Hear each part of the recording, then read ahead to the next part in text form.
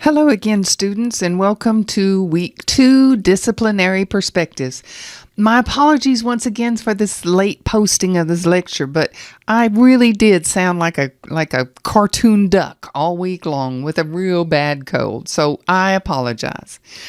While the first week had us looking over topic of interdisciplinary studies kind of as a whole, this week is focused more on understanding how the disciplines fit into that larger picture. So this is that disciplinary perspective. The focus here is on the fact that in order to fully integrate the 3 or 4 disciplines that you're going to use in your research project, you need to understand a little about each of the disciplines on its own first. Now, the readings and the PowerPoint that I provided for you, like this, outline some of the major points from the chapter. One of the things I focused on was those 4 sections about knowledge in the academy. And it's really about how knowledge fits into the university setting. We define academy, that's just a fancy word for higher education. And then we got a generic look at what a discipline is, just a real basic look. And then it's just a grouping of knowledge, really. And then we took a look at the 3 characteristics of modern disciplines that the book pointed out. And they are evolution, cognitive discord, and border crossing. And I really liked these. So that's what I chose for the homework assignment to focus on. So if you've looked at the homework assignment, you know that what I did was include an example of a major project idea that you're going to see used again and again in this class as we move forward. I just tried to take the position of being a student and thinking about my topic and started with that. So what you'll see in that assignment is this big scenario. Now, in the homework assignment, I wanted you to read my example, then think about these 3 characteristics and the impact they have on it. Can you see the ways in which disciplines in my topic are evolving? So if so, I'd like for you to explain that in a few sentences. If not, point that out as well. If you don't see any evidence of evolution or you don't think that the disciplines that I'm focusing on are evolving, say that. Make that clear. That'll be important to me. Next, do you see any disagreement? And the book calls it cognitive discord in the elements of the disciplines that I'm using here. I want to hear your thoughts on that as well. And then finally, do you think the disciplinarians in this example are crossing borders or are they venturing outside of their traditional boundaries? This would be a really good topic for another sentence or 2 as well. So that's basically what I'm looking for. As you can see on these reading reflections, I'm not really testing to see if you read the chapter. What I'm trying to do is attempting to find out if you can fit what you read from the chapter into a real-world example. Now, the bulk of the chapter was spent on focusing on this thing they call defining elements. There's a whole list of them here. There's 6 of them here.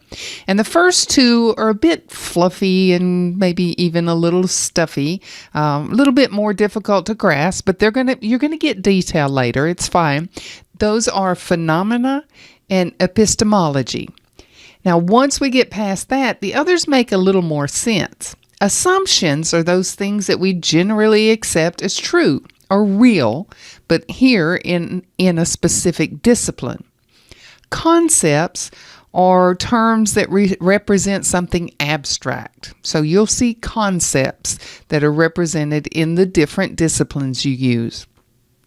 Theories here, while you might not be familiar with a lot of the theories that are involved in the disciplines that you're using, you should be aware of them and you should watch for them to show up because they will. The more you read, the more you study, the more you prepare your work for your project, you'll start seeing theories emerge. And so you need to watch for those. You need to be aware of them. Finally, we get down to methods, and they are important not because you're going to be conducting research and using quantitative or qualitative approaches, but rather because you're going to be reading other people's research, and you need to know how to evaluate them, how to evaluate their impact, their applicability to your project, the thoroughness of their research, those kinds of things. So understanding methods is pretty straightforward, but it's also important. All right, that is pretty much it on, just what to cover on the chapter. But the other thing we want to take a look at is that really long video. Now, I typically try to keep the videos that I assign a lot shorter. This one happens to be 43 minutes long, but it is so good. It may take you a bit to figure that out, but it is good. But I wanted to show you a couple of tips and tricks about how to do this well, how to do it easily, how to maximize the impact that it has on you and minimize the time that you spend or wasted time that you spend trying to find information. So let's take a look at a couple of these. The two things I'm going to talk about today are what I call scrubbing and the speed that you watch these videos at. Let's start with scrubbing. I'm going to go ahead, let me mute this before we start. I'm going to go ahead and start this video at the beginning. Once it starts, I can see, it's 3 seconds, 4 seconds, nothing's happening yet. And then we've got a room full of people and somebody that looks like she's introducing. And so I probably will watch this far with the sound on, and then I'll realize that we have a bunch of front end work. So I have grabbed this bar down at the bottom and I'm dragging along and looking for it to change somewhere. Right there, she finishes up her talk. Then it goes to a view of the whole group, and then it focuses on one person. I have just saved myself 3 minutes, so I'll go ahead and start there. All right, so these are really good. Again, they're great topics. I would like for you to watch. The other thing I want to tell you, though, is another trick that I sometimes use is I change the speed. There are typically 3 situations that I do this in. Number 1, when I'm reviewing a video that I've already watched. I don't need to hear every single word slowly spoken. I've already watched it. I'm just coming back to review it at a later time. I will change the speed.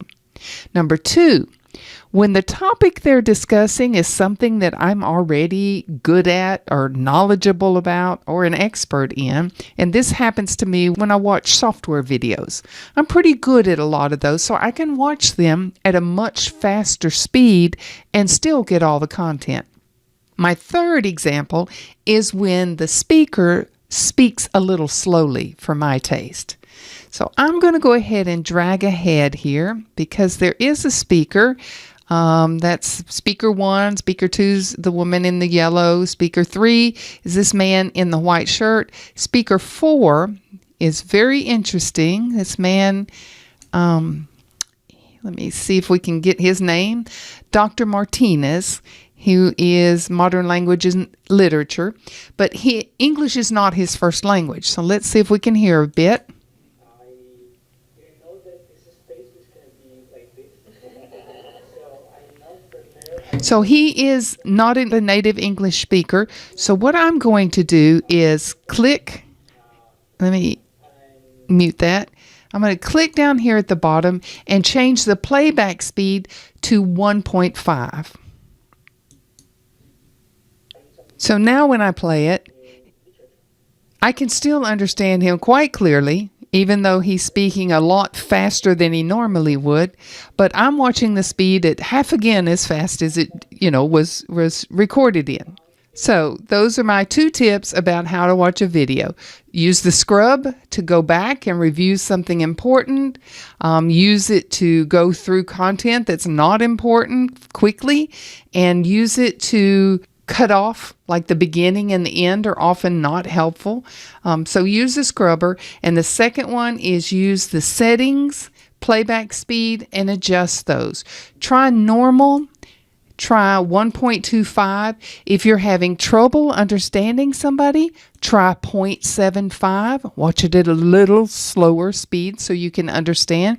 But play with your playback speed. Sometimes those are really, really helpful in helping you get the right experience that you need so that you can learn from the videos I give you. Okay, I think we're almost done here. I'm going to give you a couple of other tips. I'm going to spend 1 or 2 more weeks providing the materials that you need just before the week is scheduled to start. But after that, I'm hoping to begin posting materials a little earlier. And my goal here is for students that need or want to work ahead in the class should be allowed to do so. I like it when my students choose their own pace in class, or in a class like this for sure. So while the class load just doesn't allow for you to get behind in your work, there is no problem. There is certainly room for students to move ahead if you want to work at a faster pace. So give me another week or 2, and then just be aware that that option might be open for you if you're trying to get out of the semester early, if your workload is such that you can push ahead.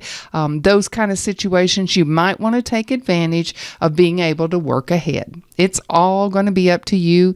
I just wanted you to know that will be there for you to exercise in case you want it. So, best of luck in this week's learnings, and I look forward really to grading your next assignment. I will see you again next week.